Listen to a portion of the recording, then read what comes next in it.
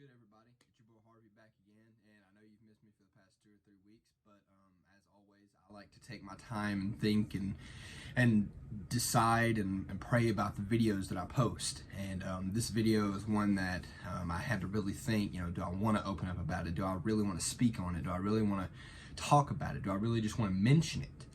And, I got to thinking about how several times throughout my life I've seen where people have opened up about it and it has helped and encouraged others to do the same thing, and just made like a snowball effect. And I want to do that. I want to be able to help and encourage others by doing what I'm about to do. And you say, well, what the crap are you about to do? I'm about to talk about my depression. And you say, you was depressed? Yeah, I was. I was depressed, and personally, do I think I hid it very well? I do, but I also think I kind of gave obvious signs that maybe weren't so obvious after all. And so with that being said, I actually went through it technically twice in my life that I know for sure that I was badly depressed, and I was badly debating life and a lot of things of that nature.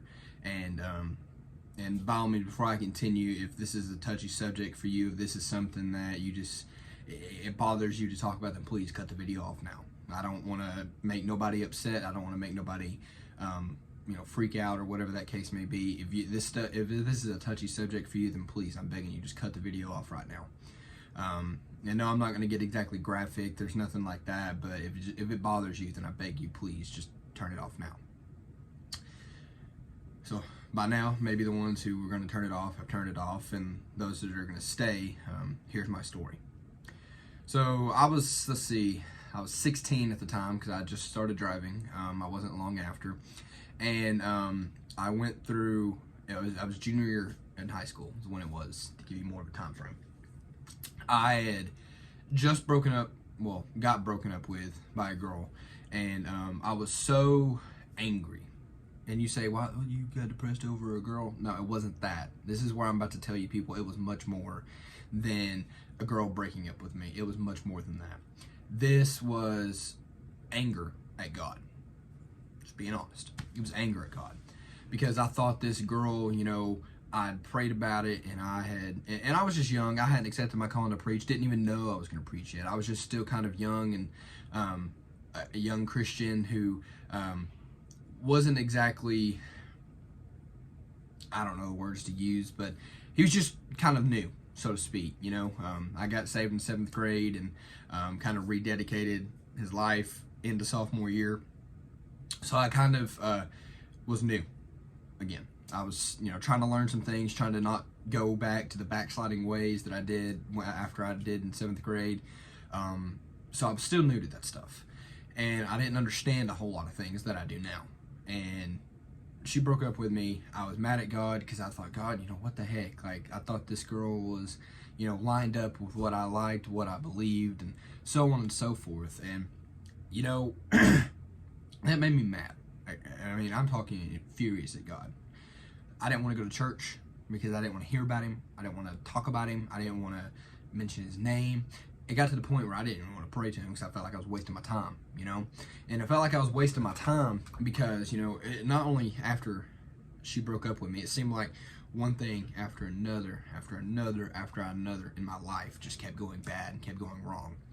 And it just seemed like the way I used to describe it was I was rolling down a hill and I couldn't stop, and I felt like God wasn't doing nothing to stop me from rolling. And I was mad at him. No matter how much I cried out, no matter how much I prayed, no matter how much I talked to him, I felt like he just wouldn't stop the rolling. So I was mad. I quit talking to him, quit praying. And, so I didn't fully exactly quit believing in God because I knew better. See, in the back of my mind, actually more like in the front of my mind, I knew better than to just fully quit believing in God. I knew better than to do that. I knew better. So I didn't. I was like, I still believe, he is who he says he is, because I know better, but I'm not talking to him. Just kind of like when you get mad at a friend, he made me mad, he said something I didn't like, I ain't talking to him. It's basically what it was like. And you distance yourself from that friend, you distance yourself from that person, you don't want to talk to them, don't want no communications with them, don't want to hear their name spoke because it just instantly triggers you. That's how it was for me. That's how it was for me. I was that way with God.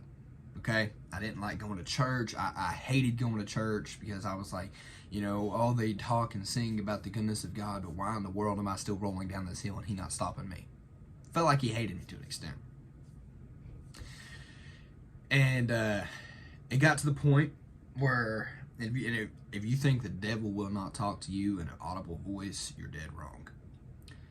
There'd be nights I would lay in bed, and as I could hear the voice in my head, you're worthless, you have no reason, nobody likes you, everybody at that school hates you, your family's disappointed in you, you're such a big disappointment as an athlete, you're a big disappointment in the classroom, why are you even here, why should you even stay, why should you?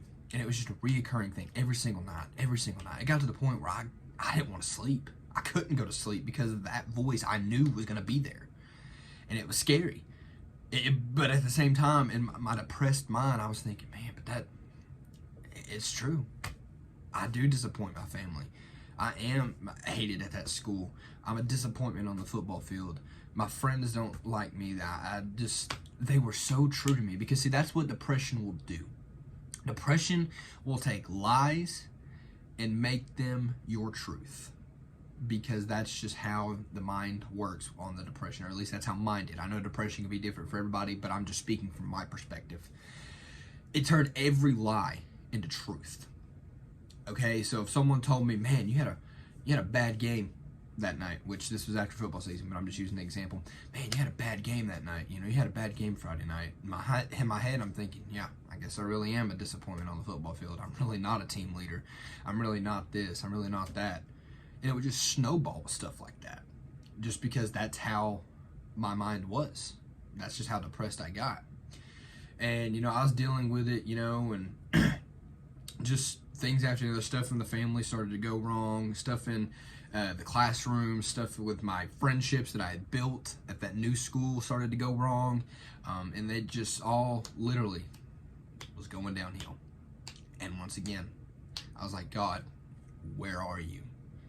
Why are you not stopping me from rolling down this hill?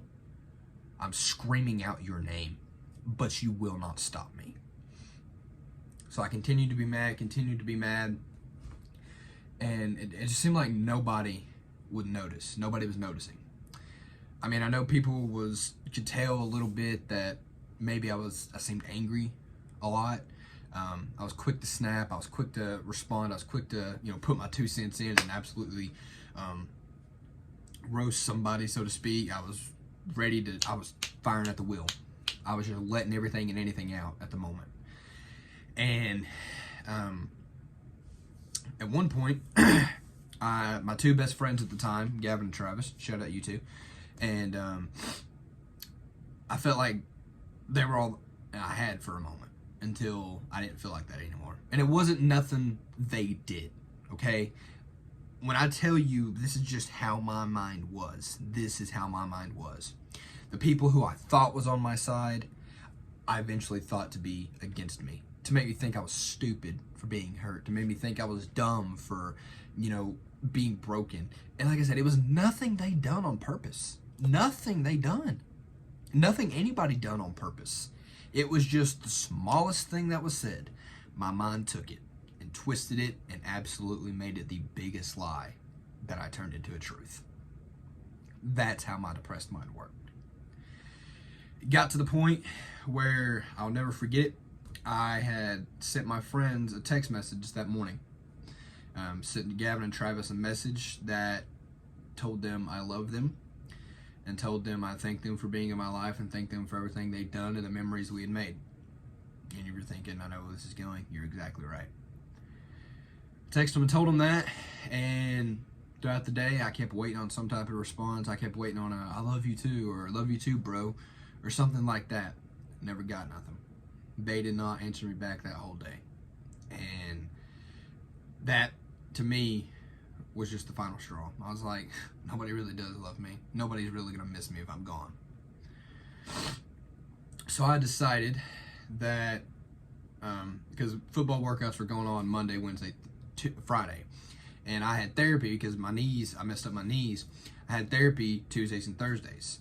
And so that Thursday, It was March 15th, 2016. Throughout the day, the longer they don't text, the more I'm thinking, yep, nobody's going to miss me. Nobody is going to miss me. I was thinking, I get home before everybody else. Dad's going to be asleep, but I'm home before everybody else. So I told myself if I get home, I'd be gone. I knew once I got home, I would be gone. I wouldn't be here. I'm that serious, people. If I had made it home that day, I wouldn't be here. I wouldn't be here at all. I had it all planned out. I was going to leave my family a note saying that I was sorry for disappointing them and I'm sorry for anything else I may have caused, but with me out of their life, I know a lot of things would be better because I was doing nothing but make things worse. And I decided that it was just best if I was gone out of the picture for everybody in my life, for the school, for the team, for my family, for my friends. I knew it would just be better. On my way home, I had a car wreck. And most of you know, I centered a telephone pole. And if you don't, I'll share some pictures here. But I centered a telephone pole, and it was just almost like that was a wake-up call for me. That God was literally stopping me dead in my tracks to keep me from doing something that I can't even begin to tell you what it would cause. The heartache, the shatteredness, the brokenness, I can't even begin to tell you. And the stuff that I don't even know, that I can't even think about what it may have caused. God stopped me dead in my tracks and was like, I ain't done with you yet. You're not going nowhere. I, the great I am not done with you. So from then on, I kind of made a complete U-turn, and as you've seen in the pictures, and if not, I'll show it again, my vehicle made the perfect V where I centered that telephone pole. It made the perfect V and it reminded me that I have victory. That I was going to overcome, that I did overcome, and that I will overcome. That V gave me that reminder that I had victory. And from then on, I kind of got myself straightened up. I kind of quit this whole attitude. I kind of tried to be more of a spiritual influence. And like I said, I was still kind of young in the faith. Didn't exactly know the right way to approach certain things because, I'm like, man, Jesus saved me. This is, I was putting it out there. And, of course, it was at the wrong time because I was still dealing with people calling me fake and stuff like that just because of how I was before the wreck.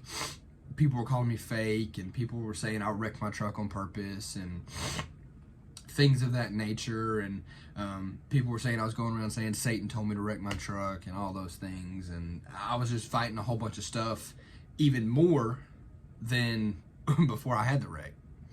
But I didn't let none of that bother me. It kind of stumbled me for a little bit, but I was like, no, I ain't going back down that road. We turned our backs towards it and we going forward. And that's what I did. Fast forward now to the next time I get depressed. Like I said, twice. Was this past year in 2020. Oh, was it the pandemic? No, it actually wasn't the pandemic. It was, once again, not just a girl breaking up with me. It was more along the lines of that I did not understand God. I was mad at him again. I was mad because this one I really thought was going to be my wife more than I ever thought before in my life. And I thought in that moment, in those times, that when I asked this girl to be mine, that he spoke and said, this is your promise. Son, behold thou promise. This is it. And I believed that, and I stuck with that, and it just did not make any sense to me. Why on earth God would let that thing just walk out the way it did? I was mad, I was angry, and I was like, maybe I was just hearing things. Maybe that wasn't God after all, Maybe all the messages I had preached wasn't even God anyways, because I was like, maybe that's not it, what's the point? You know, my depressions, in case you haven't picked up yet, was all because of anger at God for things I did not understand. And with this one, I didn't get as bad, but I still got pretty bad. It got to the point where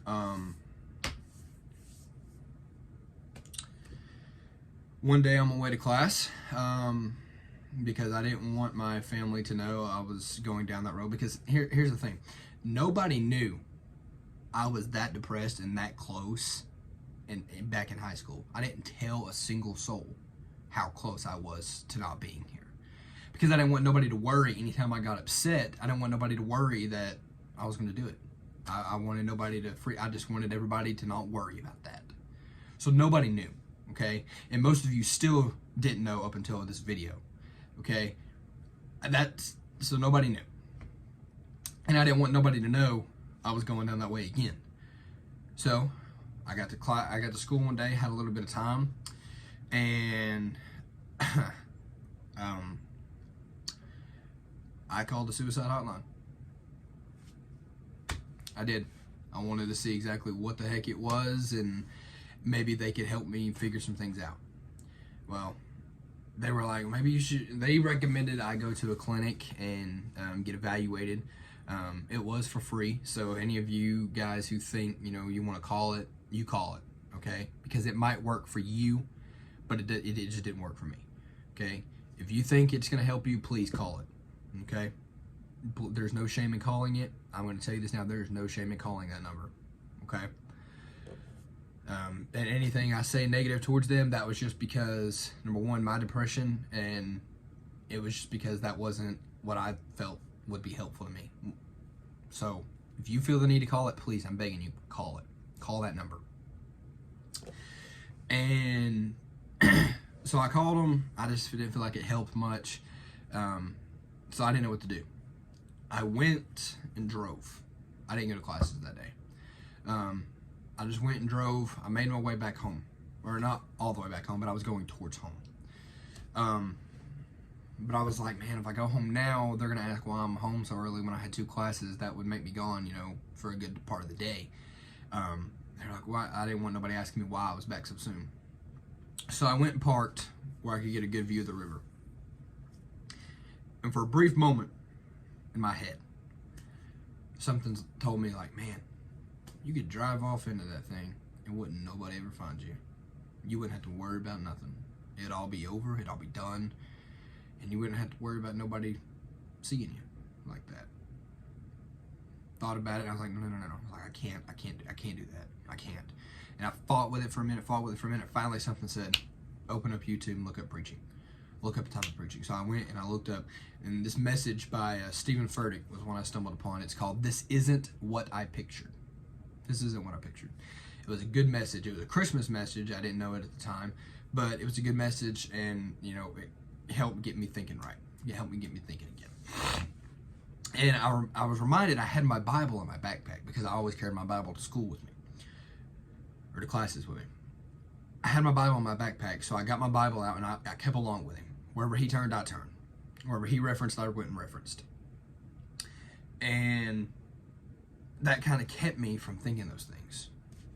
At about the time I got at the end of it, I had a friend of mine who was able to call me. I called and talked to her, and shout out to the people, honestly, who were the ones that knew I was like this, and I opened to tell, but just couldn't. And like I said, for my family and my close friends that were watching this that I didn't tell, I just didn't want you guys to know I was struggling this bad. The ones that I had opened up to were ones that, I don't know. I honestly can't tell you why I opened up to them, but I'm thankful I did. I'm glad I did. And it's nothing against you guys. It's nothing that I couldn't. It was just like one of those things where I felt like if I tell these people, they won't tell my family. They won't tell nobody else. Whereas if I told my close friends, it's like the 2 best friends that I text before, I was like, if I tell them, they're going to tell my family, and it's just going to go downhill. And like I said, my mind was a bunch of messed up people. It was messed up, and I'm sorry if it makes you upset finding out that I didn't tell you and that I didn't come clean to you about it, but it's just how my mind was working, okay? And I'm sorry, and I ask you to please forgive me for that.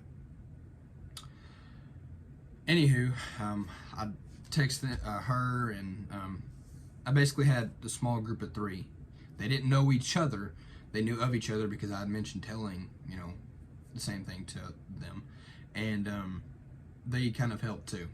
And I'm going to go ahead and say it. Those 3 people deserve all the shout out and deserve all the praise, so to speak, for being there for me. And I truly believe they were all 3 godsends. They didn't know it at the time, but they were a big help to me, and a big help that God used to pull me out from where I was.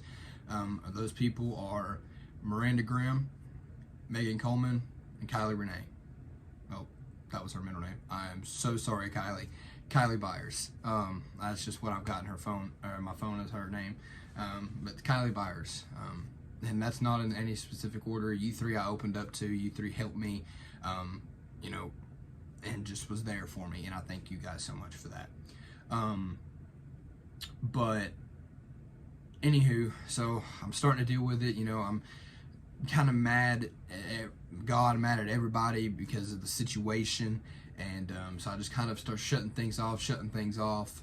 And eventually it gets to the point where, well, it gets to this type of point. And I'll let, this video that you're about to watch is from Stephen A. Smith when he opened up recently about his depression. And I'm sharing it just because his description is probably the best description about how I felt in that time, how I felt going through all this. So take a listen. And I'll get a bit personal by saying this. There were 2 times in my life I've never contemplated suicide. I've never been that guy. But I will tell you this. There were 2 times in my life, Max, Charlie, where if I had dropped dead, if I had gotten in a car accident, if I had somehow, some way lost my life, I would not have cared. The one time was when I lost my brother Basil to a car accident. He died in a car accident in 1992 in Waco, Texas.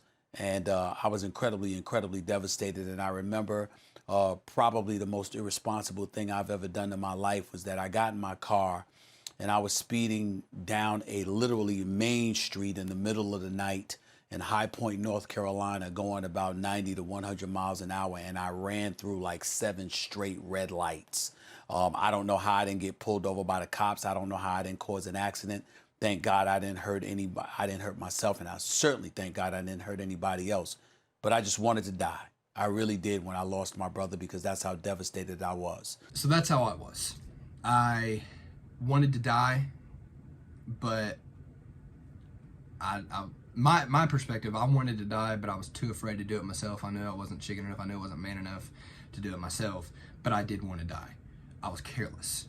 I quit caring about the other things in life. I just quit caring because I wanted to die, and I didn't care how it happened to me. I just wanted to die. And I was like him. I started to drive a little faster, drive a little careless. I started to really just not care. I mean, that's about as simple as I can put it. I quit caring about anything. Anything that might cause me harm, I stuck my way in the way for. And one time, just joking around, or at least they thought it was joking around. I went swimming with some friends, and it started to lightning and thunder. Well, they had a metal pole by the pool, and me not caring, just wanting something to happen, grabbed that pole, and I was just walking around the pool with it while I was lightning. And they thought it was all just, I was trying to be comical, and which they were telling me to get out and quit doing that stuff. They wasn't encouraging it, so don't think they was. But I just didn't care. I just wanted something to happen. I wanted to die. I just wanted something to happen to me. And thankfully, God protected me and my stupidity and my carelessness, because I'm still here, and I'm thankful for that. I'm still here and able to minister and tell you guys that if you are going through these things, I beg you, take it from me. I kept things bundled in, and it ate me up more than it did anything. So if you are depressed, you're going through depression, I encourage you, please speak out. Tell somebody. Tell somebody that, hey, I'm struggling. I'm begging you. I'm begging you. Because, see, one thing that absolutely killed me is that, if y'all know my dad, he doesn't cry a whole lot. He doesn't. And,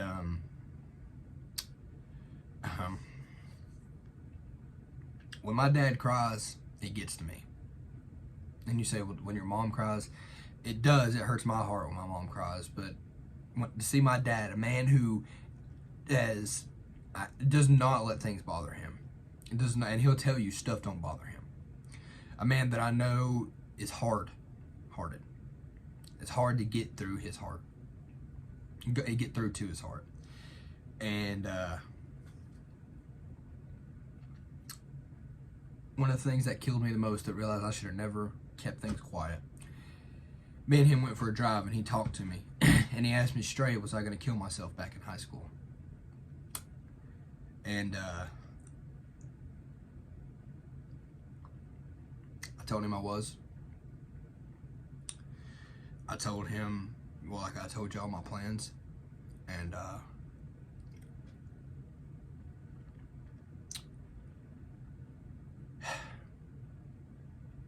he said, son, I can handle a lot of things in this world.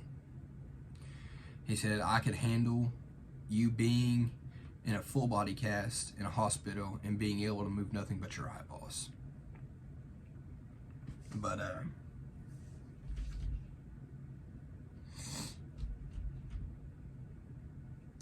he said, the one thing in this life I cannot handle is my son being dead. He said, I will take you only being able to move your eyeballs over your dead body. He said, I can't handle that. And he started to cry and get choked up, and that's when I knew. That's when I knew I should have never kept quiet. So I'm begging you. I'm begging you, begging you, begging you. Don't keep quiet. Please tell somebody. You know, if nothing else, tell me. I won't go tell and advertise it. It stays between you and me. Because that was my biggest thing. I didn't want my family, people I didn't want knowing I was going through this stuff to know. That was my biggest thing. That's why I didn't want to tell nobody. But when I finally told those three the second time, it helped. I promise you it helped. I even went to therapy. And you say, oh, yes, I had therapy. There's nothing wrong with going to seeing a therapist. I went and seen the therapist. And discussed my problems and everything, and that helped too. And my therapist wasn't one that I went and, you know, they got their own clinic and stuff like that. It was one that I trusted, and one that I had knew, and one that I felt comfortable opening up with. And that therapist helped me, and I thank her so much for that. Thank her for, you know, taking the time to just help me get better. And you know, a lot of things, people, the world might say, oh, it's bad if you go see this stuff. Do not let the world tell you what's going to help you and what's not going to help you. You have to make that decision. If going to see a therapist is going to help you, then please, by all means, go see a therapist. Anything that doesn't cause you bodily harm or things of that nature will help you. A therapist, a doctor, a counselor, a person that you trust, opening up, writing it down in a diary. You know, that's one thing my therapist did. I didn't write it down in a diary, but she had some, like, certain things I had to write down, and that helped. You know, and there's nothing wrong with any of that. Okay, there's nothing wrong going to your preacher. There's nothing wrong going to Sunday school. There's nothing wrong with opening up. And I'm begging you more than anything I've ever begged you in my life, just about as much as I'm begging you to come to know Jesus as your Lord and Savior. This would be the second thing I beg you the most of, is that is to open up to somebody. I promise you, everybody in this world would much rather you open up to somebody rather than the nobody and end up dead. Because I was almost there. I was almost there. But my God protected me. My God laid things in my path and put people in my path in order to help me overcome. And for that, I'm forever thankful for him. Because even when I was careless, he was still careful. When I didn't care, he still cared. When I hated myself, he still looked down and loved me. And for that, I'm forever thankful. And, but yeah, that's my story about my depression. I hope and pray it helped, and I hope and pray it encourages others to speak out about it. Like I said, this was a tough thing for me to debate on whether to put out to the public, but I felt the strong push that I needed to open up about it. And honestly, I feel better, and I hope and pray it encourages somebody else out there.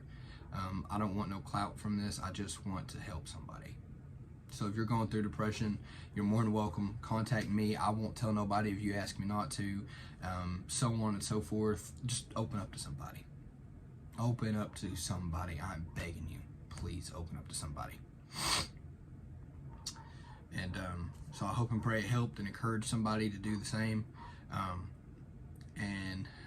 If you're ever going through anything, my number is, actually for this video, I'm going to put my number right down here. And the same thing, to link for all my socials, same username right down here. And I love all of you. You are important. You are enough. You are worth living. You are worth it. And with that being said, stay tuned for the next videos. Like I said, I'm trying not to let this big gap happen every single time, but as I will stand by, and I will forever stand by as long as I make these videos. I'm not going to get on here and just talk to be talking. I'm going to wait until God gives me something to share on my YouTube channel, and then I will share it.